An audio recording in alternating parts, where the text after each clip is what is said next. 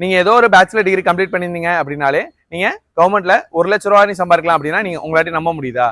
ஆமாம் சார். இப்போ பார்த்தீங்க அப்படின்னா எஸ்எஸ்சியோட கம்பைன்டு கிராஜுவேட் லெவலுக்கான நோட்டிஃபிகேஷன் இப்போ கரண்டாக போயிட்டு இருக்கு. நீங்கள் அந்த நோட்டிஃபிகேஷனுக்கு அப்ளை பண்ணணும். சார் இதுக்கு என்ன சார் எலிஜிபிலிட்டி அப்படின்னு பார்த்தீங்க அப்படின்னா நீங்கள் ஏதோ ஒரு பேச்சுலர் டிகிரி கம்ப்ளீட் பண்ணியிருந்தாலே போதும். இந்த எக்ஸாம் பார்த்தீங்கன்னா உங்களுக்கு டயர் 1 டயர் 2 அப்படின்னு 2 லெவலில் நடக்குது. டயர் 1 பார்த்தீங்க அப்படின்னா 100 கொஷின் 200 மார்க்கு 1 மணி நேரம் நடக்குது.